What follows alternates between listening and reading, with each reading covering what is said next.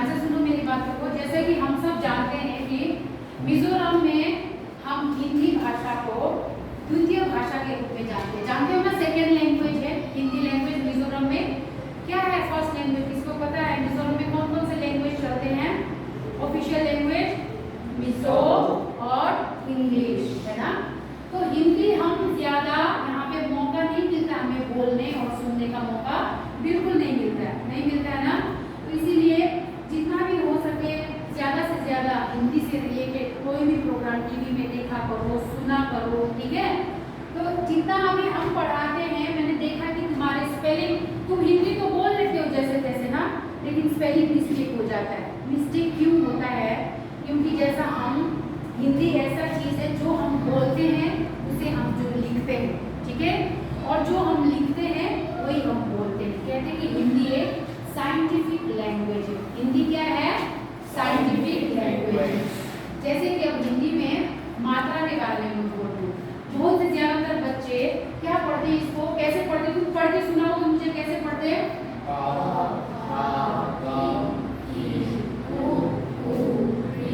फिर से पढ़ो इसको।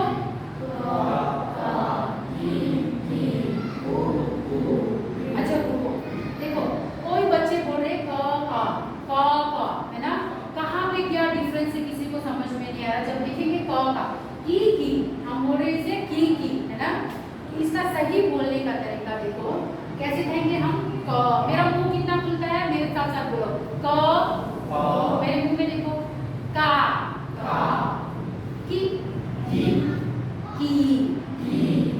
कु,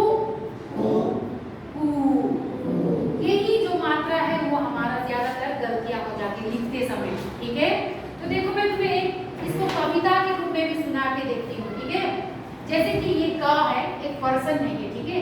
क का की कु में झगड़ा हो गया। क्या हो गया? झगड़ा हो गया, ठीक है। अब देखो ये क्या कह रहे हैं?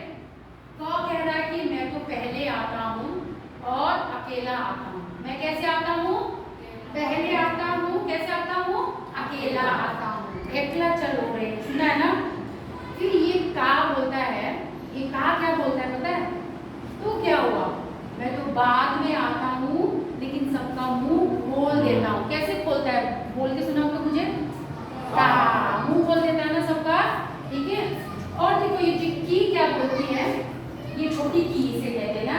ये कहती है मैं तो बहुत शर्मीली हूँ, मैं घूंघट आगे से लगा के आती हूँ। घूंघट लगाया है ना आगे से, मैं घूंघट लगा के आती हूँ कि क्योंकि मैं शर्मीली हूँ, ठीक है।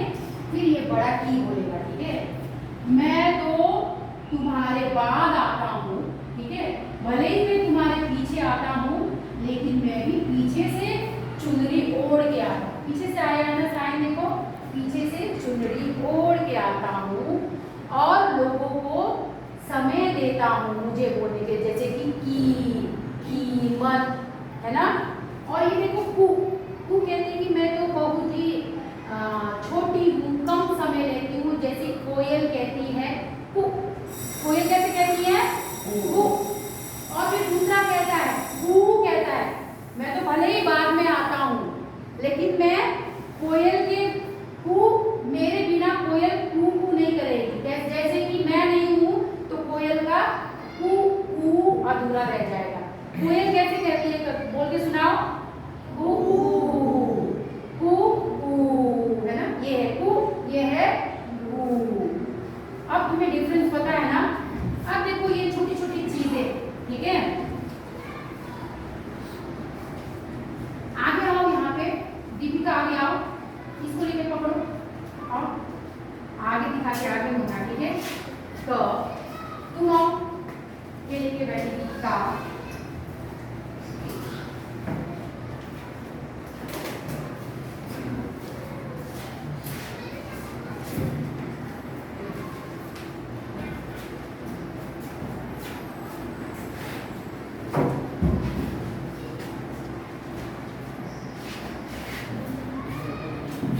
देविका सीधा लेके बैठो सभी, पढ़ के सुनाओ। चलो जो बाकी बच्चे पढ़ के सुनाओ। का, मुंह खोला चाहिए मुंह में, चलो बोलो क का।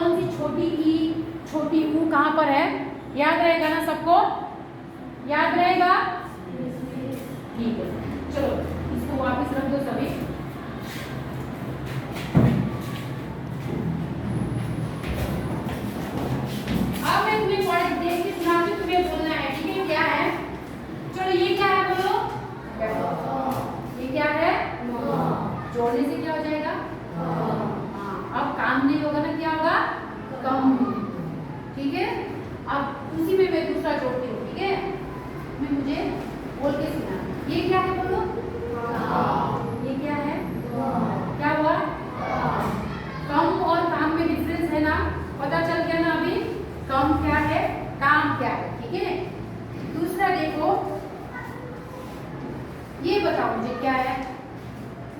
हु। ये क्या है? क्या हुआ? कुल, है ना? कुल। कौन से कुल के हो? परिवार जिसे कहते हैं ना, परिवार होता है। जैसे मैं उस कुल का हूँ, है ना? राम जी उस रघुवंशी कुल के थे, ठीक है? ये कुल। अब दूसरा देखो, ये क्या है? हु, है ना? अब याद रहेगा ये क्या है? कैसे पढ़ेंगे इसे? कूल। लंबाई पढ़ेंगे ना। कूल का मतलब क्या होता है? कूल का मतलब होता है किनारा, जैसे नदी का किनारा। समझ में आई ना इतनी बात सबको? ठीक है, आज के लिए क्लास इतना ही, ठीक है? कल हम दूसरी पढ़ेंगे, ठीक है? दूसरा टॉपिक में पढ़ेंगे। इसी तरह से मैं तुम्हें होमवर्क दूंगी, तुम चार्ट पेपर इस तरह से बना के लाओगे, दोबारा हम इसको पढ़ेंगे, ठीक है? आज के लिए क्लास इतना ही।